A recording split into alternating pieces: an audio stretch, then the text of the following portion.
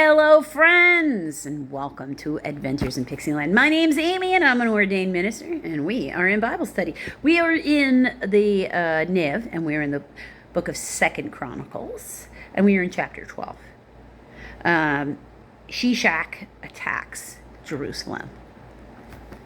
After Rehoboam's position as king was established, and he became strong, and he and all Israel, you got B, that is Judah, as it has frequently in 2 Chronicles, with him abandoned the law of the Lord.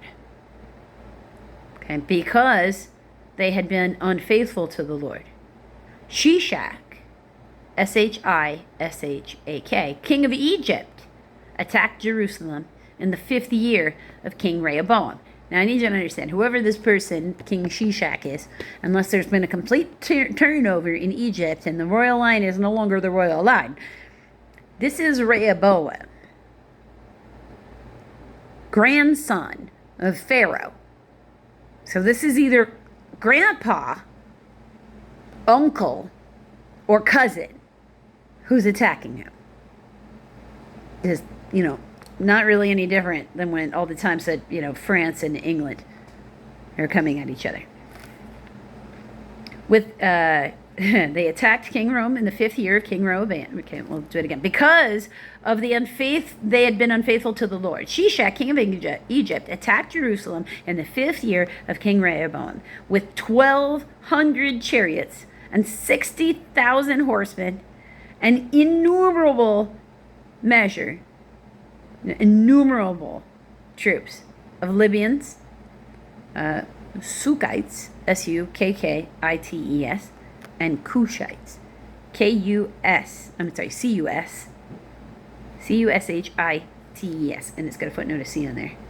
That is people from the Upper Nile region. So it's a particular region of Egypt, okay, that came with him from Egypt.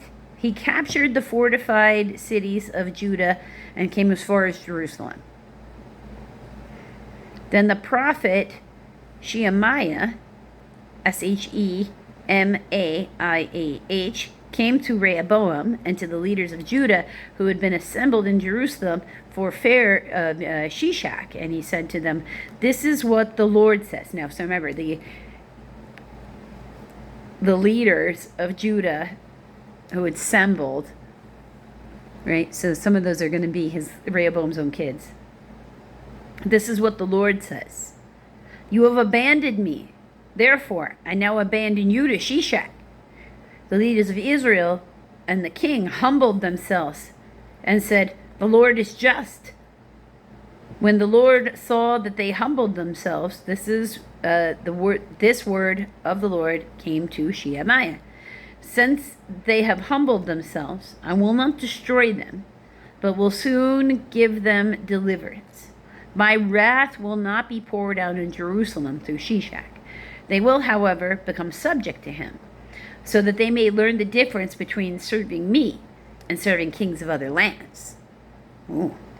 When Shishak, king of Egypt, attacked Jerusalem, he carried off the treasures of the temple of the Lord and the treasures of the royal palace. He took everything, including the gold shields Solomon had made. So King Rehoboam made bronze shields to replace them and assigned these to the commanders of the guard on duty at the entrance of the royal palace. When the king went to the Lord's temple, the guards went with him bearing the shields. Afterwards, they returned them to the guard room, so they weren't taking them home. Because Rehoboam humbled himself, the Lord's anger turned from him, and he was not totally destroyed. Indeed, there was some good in Judah.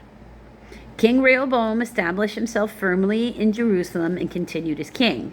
He was 41 years old when he became king and reigned 17 years in Jerusalem, the city the Lord had chosen out of all the tribes. He was 41 years old and he was listening to young people. At 41 years old, you wouldn't have been able to get me to listen to young people like that. They'd have been like, "Wait, so you want to fight? Why would you start a fight that you don't really need?" That doesn't make any sense. His mother's name was Naamah, Naamah. She was an Ammonite. Okay. Hold on. King Rehoboam established himself firmly in Jerusalem and continued as king. He was 41 years old when he became king, and he reigned 17 years in Jerusalem, the city the Lord had chosen out of all the tribes of Israel in which to put his name. His mother's name was Naamah.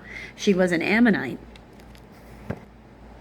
He did evil because he had not set his heart on seeking the Lord. As far as the events of Rehoboam's reign, from beginning to end, are they not written in the records of Shemaiah, the prophet, and of Iddo, the seer that deal with genealogies? There was continual warfare between Rehoboam and Jeroboam. Rehoboam rested with his fathers and was buried in the city of David, and Abijah, his son, succeeded him as king. So, of course, the next chapter is about Abijah, the king of Judah.